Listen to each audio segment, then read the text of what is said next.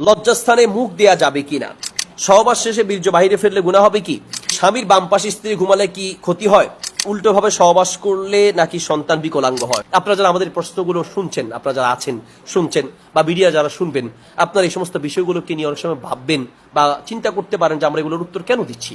এই সমস্ত বিষয়গুলোর উত্তর যদি আমরা না দেই, অনেকেই না বুঝে এগুলোকে হারাম পথে চলে যাচ্ছে, অবৈধ পথে চলে যাচ্ছে।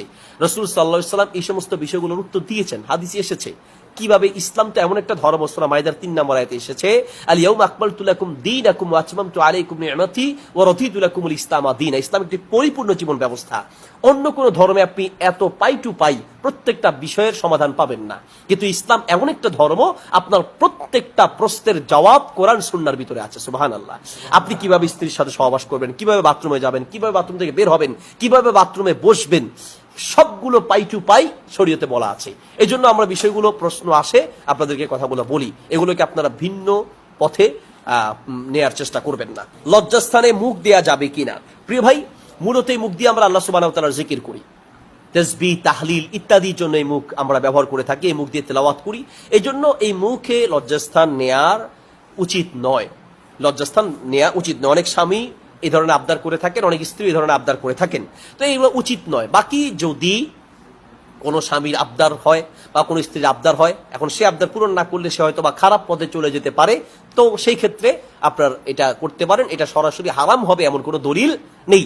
যেগুলো হারাম সেগুলো হাদিসে নিষেধ আছে, কিভাবে কি কি করা যাবে না, সহবাসের ক্ষেত্রে কি কি করা যাবে না, স্ত্রী থেকে কি কি কাজ, স্ত্রীর সাথে কোন কোন কাজ করা যাবে না, এগুলো নিষেধ আছে, এগুলো হাদিস দ্বারা প্রমাণিত আছে। কিন্তু মুখে নেয়ার ব্যাপারে কোনো নিষেধাজ্ঞা সরাসরি আসে নাই বিধায় আমরা এটাকে সরাসরি হারাম বলতে পারছি না। কিন্তু এই ধরনের কালচারগুলো মূলত এগুলো ইতিপূর্বে আমরা ছোটবেলায় বা আমরা আমাদের বয়স হওয়ার পরে, আমরা সাবালক হওয়ার পরে এমনটা শুনি নাই। ইদানিং এই ধরনের প্রশ্নগুলো বেশি আসছে, বোঝা যায় এই ধরনের কালচারগুলো ইদানিং শুরু হয়েছে। আর হতে পারে এগুলো অমুসলিমদের কৃষ্টি কালচার হতে পারে।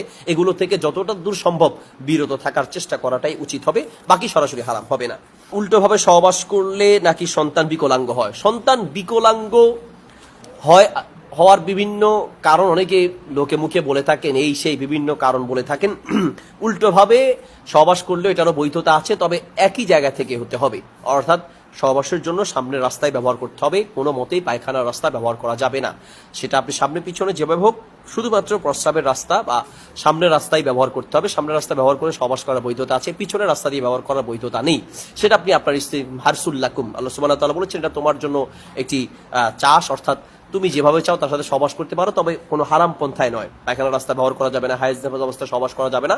আর এছাড়া আপনি আপনার মনের চাহিদা মতো আপনি সহবাস করতে পারেন, হারাম পন্থা বাদ দিয়ে কোনো সমস্যা নেই।